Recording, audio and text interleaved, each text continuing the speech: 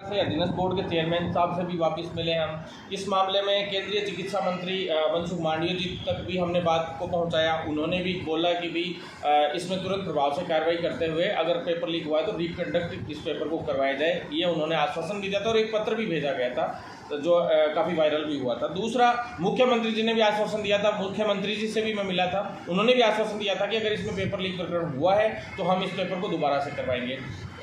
बात छोड़ी गई थी अधीनस्थ बोर्ड के ऊपर और एसओजी के ऊपर। एसओजी ने भी मान लिया कि भी 89 क्वेश्चंस इसमें जो है वायरल हो चुके थे और पेपर वायरल हुआ था। और अब जब अधीनस्थ बोर्ड के चेयरमैन साहब से हम वापस मिलने गए तो दूसरी बात ये कि चिकित्सा मंत्री जी से भी हम मिले थे, उस वक्त तो वो कह रहे थे कि हम पेपर दोबारा कराएंगे अगर पेपर लीक हुआ है तो। अब वो कह रहे हैं कि 200 में से 50 क्वेश्चंस वायरल हो गए तो क्या होगा, तो कोई पेपर लीक थोड़ा ना माना जा सकता है। तो मैं मंत्री जी से भी हमने सवाल खड़े किए, उनसे भी सवाल किए, हमने बात पूछी उनसे कि भाई 200 क्वेश्चन तो पहली बात पेपर ही नहीं था। अब 100 क्वेश्चंस में से 89 क्वेश्चंस वायरल हुए, अगर आप उसको भी पेपर लीक नहीं मानते हैं तो ये तो बहुत सोचने की बात है। इसको दबा रहे हैं तो साफ ये बात है कि भी सरकार खुद मिली हुई है इसमें पेपर लीक में, और खुद मिलके इन गैंग्स को शरण दे रहे हैं। ये लोग इनको बचाने का काम कर रहे हैं। सुरेश ढाका भाग गया, नहीं पकड़ा गया, उसके बाद कुछ नहीं हुआ अभी तक। आपने आरपीएससी के सेकंड ग्रेड का पेपर लीक हुआ, उसमें कटारा तक जो बात पहुंच गई, आरपीएससी के चेयरमैन तक बातें आ रही हैं कि भाई आरपीएससी के लोग भी उसमें मिले हुए हो सकते हैं। ऐसे में आप लोग ना तो उसमें कोई कार्रवाई कर रहे हैं, कोई बड़े स्तर की जो बड़ी मछलियाँ हैं उनको आप लोग पकड़ते नहीं हैं। तो अब सीएचओ में आप लोगों ने भ्रमित करने का प्रयास कर रखा है। जितना डिले करते जा रहे हैं हमें तो नहीं लगता कि इस तरीके से फिर इस मामले में कोई कार्रवाई हो पाएगी। जैसे कि अधीनस्थ बोर्ड के चेयरमैन साहब से अभी मिले तो उन्होंने भी वार्ता में यही कहा है कि भाई इसमें हम लोग पहले आंसर की जारी करने का प्रयास कर रहे हैं, जिससे आंसर की जारी करके और जो रिजल्ट का जो है हम निकालेंगे कि भाई कितना हाई परसेंटेज इसमें बन रही है। भाई 89 क्वेश्चंस वायरल हुए हैं तो कितने लोगों के पास गया है, कितने लोगों के पास नहीं हुआ है। जबकि एसओजी से भी उनकी बात हुई है, उन्होंने बताया कि एसओजी ने केवल 14 लोगों के पास पेपर जाना माना गया है, 14 से 16 लोगों के पास है। मतलब व्हाट्सएप ग्रुप तक पेपर आ गया, लोग लाइव आकर बोल रहे हैं और एसओजी ये कह रही है कि 14 से 16 लोगों के पास पेपर आया। पेपर आया तो आया कहाँ से, आज तक इसकी कोई पुष्टि नहीं है। दूसरी, इसमें आज तक पकड़ा तो किसको पकड़ा, इसका कोई सामने तथ्य नहीं है। कुछ भी पॉजिटिव चीज़ अब तक इसमें निकल कर नहीं आई है।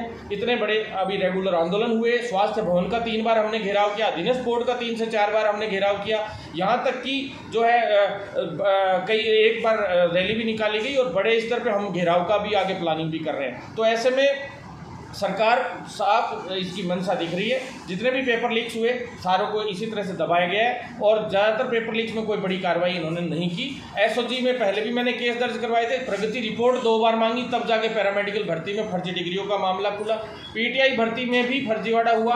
हमने जिन यूनिवर्सिटियों 6 विश्वविद्यालयों के नाम दिए थे, जबकि अभी तक इन्होंने 2 विश्वविद्यालयों की डिग्रियों पर काम किया है। 300 डिग्रियाँ अभी तक पकड़ी गई है, जो न्यूज़पेपर में भी आई थी, जो जहाँ तक वहाँ से ही हमें सूचना लगी कि 300 के करीब फर्जी डिग्रियां पाई गई, जबकि डिग्रियां बहुत ज़्यादा फर्जी है।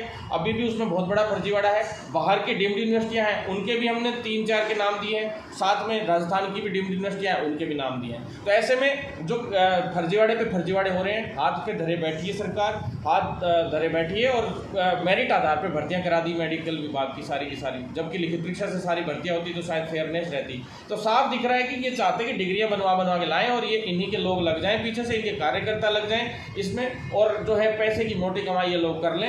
नहीं तो अगर ये इनके मंशा होती तो ये लिखित परीक्षा से सारी भर्तियां करवाते, और 80,000 लोगों का पेपर कराना कोई बड़ी बात नहीं थी। ये तो सीएचओ की भर्ती को तो वैसे ही ये सीरियस इसलिए कम ले रहे हैं कि ये कह रहे हैं संविदा की भर्ती है, जबकि ये एक कम्युनिटी हेल्थ ऑफिसर बहुत ही ज़्यादा एलिजिबल पोस्ट है। और ये ऐसे लोग हैं जो आने वाले वक्त में अगर फर्जीवाड़े से घुसे तो ये लोगों की हत्या करेंगे। ये वहाँ के गाँव ढाणियों में मरीजों को देखते हैं नेशनल हेल्थ मिशन के अकॉर्डिंग, और फिर इस तरह से अगर करते रहे तो मुझे नहीं लगता कि इस राजस्थान की जनता को आप स्वास्थ्य सेवाएं देना चाहते हैं। ये उल्टा आप हत्या करना चाहते हैं, ये कंफर्म दिख रहा है। और आप चाहे कितने भी महंगाई राहत कैंप लगा लें, आप स्वास्थ्य के कैंप लगा लें, कुछ भी लगा लें, लेकिन ऐसे लोगों की भर्ती करके आप केवल और केवल लोगों के साथ खिलवाड़ कर रहे हैं, उनके स्वास्थ्य के साथ खिलवाड़ कर रहे हैं। अगर सीएचओ भर्ती के मामले में जल्द से जल्द संज्ञान नहीं लेती सरकार तो अब होगा बड़ा आंदोलन, सबसे बड़ा आंदोलन अब होगा और ज़बरदस्त आंदोलन होगा। लिखित परीक्षा से सारी भर्तियाँ हों, यही हमारी मांग लगातार रही है, और जो 7800 के करीब भर्तियाँ हैं उनको भी लिखित से कराए,